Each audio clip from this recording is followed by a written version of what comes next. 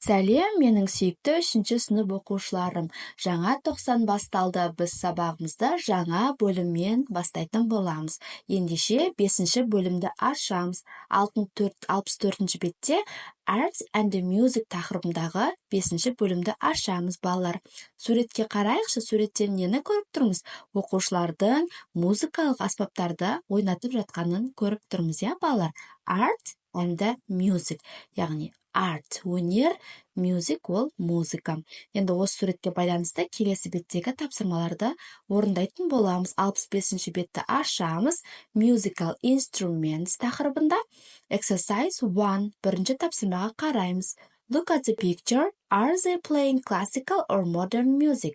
How does music make you feel? Суретке қара дейді. Бұл жерде классикалық немесе заманауи музыканы ойнап жатыр ма балалар? Қай түрін ойнап жатыр, я? Және сен музыканы ұнатасың ба, яғни сен өзіңді қалай сезінесің деген сұрақ қойған. Біз қысқаша жауап беріп кетеміз. Мысалға, they play classical and modern music. I like classic music. Олар классикалық және заманауи музыка ойнап жатыр. Ал мен болса, классикалық музыканы ұнатамын деп жаздым, балалар. Енді келесі тапсырмаға қараймыз. Exercise 2. Listen, point and repeat. Тыңдаймыз, балалар, және қайталаймыз. Бұл жерде музыкалық аспаптар берілген. Мен қазір ағылшыншасын және қазақша аудармасымен бірге атап өтетін боламын. Менімен бірге қайталап отырыңдар. Бірінші суретке қараймыз. Жетіген, я. Қобыз, домбыра, tambourine, дабыл, drum, барабан, guitar, гитара, violin, скрипка, recorder, сыбызғы, piano, пианино. Міне, балалар, бұл аспапты жазып жаттап алсаңдар болады. Енді астында сұрақ берілген. Percussion, woodwind, string or keyboard. Point the musical instrument and say. Яғни бұл музыкалық аспаптар қай топтарға жатады дейді. Яғни 4 типтегі аспаптарды берген. Percussion бізде соқпалы аспап, woodwind бізде ағаштан жасалған үрмелі аспап, string бізде ішекті аспап, және keyboard бізде пенетақталы аспап. Енді мен қай топтарға жататынын астына жазып кеттім, оқып шығам. Бірінші, the drum is a percussion instrument. Яғни барабан бізде соқпалы аспап, я. Екінші, the recorder is a woodwind instrument. Сыбызғы бізде ағаштан жасалған үрмелі аспап. The қобыз is a string instrument. Қобыз бізде ішекті аспап. The piano is a keyboard instrument. Пианино бізде пенетақталы аспап. The guitar is a string instrument. The violin is a string instrument. Яғни скрипка мен гитара ол бізде ішекті аспап, я. Келесі, the жетіген is a string instrument. The домбыра is a string instrument. Жетіген мен домбыра да бізде ішекті аспап. 9-шы, the tambourine is a percussion instrument. Ал дабыл бізде соқпалы аспап. Міне осылай екінші тапсырманы орындап жазып аламыз. Next, exercise 3, complete the drawing. Үшінші тапсырмада балалар суреттің жалғасын сал деген. Біз дәптерге суретті салып қойсақ болады. Ал енді exercise 4, 4-ші тапсырмада, now choose a cool or a warm color and color the chair in exercise 3. Present it to the class. 4-ші тапсырмада салған орындығымыздың бояуы керек бізге, яғни екі түрлі түстерді беріп қойған. Cool colors, warm colors. Cool colors деген ол салқын түстер, яғни green, blue, violet. Жасыл, көк, күлгін түс. Ал бізде warm colors деген ол жылы тектес түстер, яғни red, orange and yellow. Қызыл, қызғылт, сары және сары. Мен бұл жерде әркім өз қалаған бойынша бояйды. Мен жалпы жылы түстерді бояп шықтым, балалар. Міне осылай 4-ші тапсырманы дәптерімізге орындап қойсақ болады. Сабағымызды ары қарай жалғастырамыз. Енді 66-шы бетті ашамыз. Exercise 5. Listen, point and repeat then match. Яғни бұл жерде суретке қарап отырып, сөйлемдерді сәйкестендіру керекпіз. Яғни мына жерде 6 іс-әрекетті берген, 6 іс-әрекетті суретпен бірге сәйкестендіру керекпіз. Ендеше қараймыз. Бірінші, go shopping. Go shopping бізде дүкен аралау, дүкенге бару, A суретмен. Келесі, read comics. Read comics дегеніміз комикстер оқу, ол бізде F. Үшінші, clean. Clean деген тазалау, ол бізде D. Төртінші, go to the gym. Гимнастикаға бару, ол бізде E. Бесінші, plant flowers. Гүл өсіру, гүл егу, яғни ол бізде B. Және соңғы paint, ол бізде сурет салу, C. So, the next task, exercise 6. Балар астындағы тапсырмаға 6-шы қараймыз.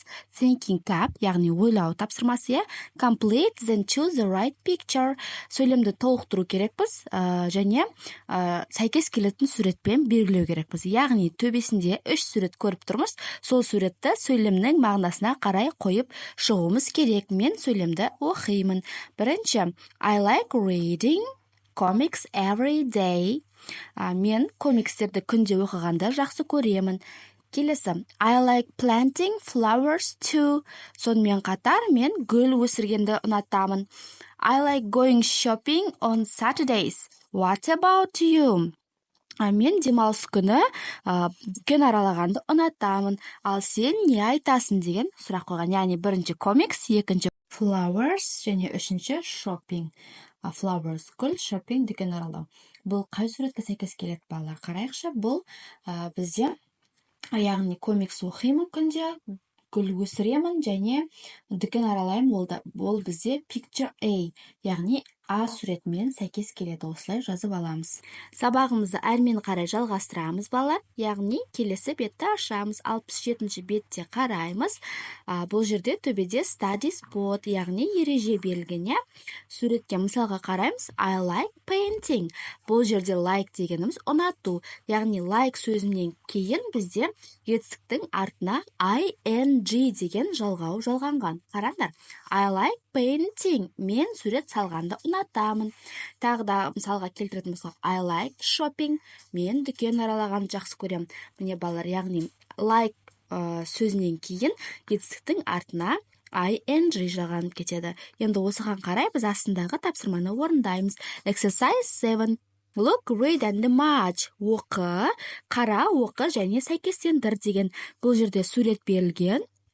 6 сурет және астында 6 сөйлеммен сәйкестендіру керекпіз. Мен қазір сөйлемді оқып шығамын және қасына қай суретке сәйкес келетін айтып өтетін боламын. Бірінші, бізде she likes going to the gym. Ол гимнастикаға барғанды ұнатады. Ол бізде қай суретте, балар? C суреті, бір яғни C. Екінші, she likes planting flowers. Ол гүл өсірген ұнатады. Ол бізде E. Екінші E. Келесі, үшінші, they like jogging. Олар жүгіргенді ұнатады. Яғни 3 бізде A. Келесі, he likes reading comics. Ол комикс оқығанды ұнатады. Бізде 4 B. Келесі, he likes playing the guitar. Ол гитарада ойнағанды ұнатады. Яғни бізде 5 F. Және соңғысы, they like playing the violin. Олар скрипка тартқанды ұнатады. Ол бізде D. Яғни 6. Орындап болсақ, келесі art and the music, exercise 7. Exercise 8, яғни келесі тапсырмаға қараймыз. 8-ші, complete the questions, then answer them. Яғни сөйлемді толықтыру керекпіз. Жақшаны ашып, етістіктің артына ing жалғауын жалғап өтетін боламыз. Бірінші, do you like painting? Сурет салған ұнатасың ба? Yes, I like. Я ұнатамын. Екінші, do you like singing? Өлең айтқан ұнатасың ба? No, I don't like. Жоқ, ұнатпаймын. Үшінші, do you like listening to music? Музыка тыңдаған ұнатасың ба? Yes, I like. Төртінші, do you like dancing? Билеген ұнатасың ба? No, I don't like. Міне осылай жазып шығамыз. Енді соңғы тапсырмамызды орындайтын боламыз. Exercise 9, 9-шы тапсырма. Look and say. Суретке қарап отырып, кім нені ұнатады, сол туралы жазу керекпіз. Бірінші, Берік. Берік likes playing the violin. Яғни, Берік скрипка тартқанды ұнатады. Екінші, Дана. Дана likes playing the piano. Дана пианино тартқанды ұнатады. Келесі, Қайрат likes playing the guitar. Қайрат гитара тартқанды ұнатады. Төртінші, Гүлнара likes playing the drum. Гүлнара болса барабанды ойнағанды ұнатады. Міне осылай балалар тапсырманың барлығын орындап шығамыз. Түсініксіз сұрақтар болса комментарияға жазамыз. Каналға тіркеліп лайк басуды ұмытпаймыз. Сау болыңдар.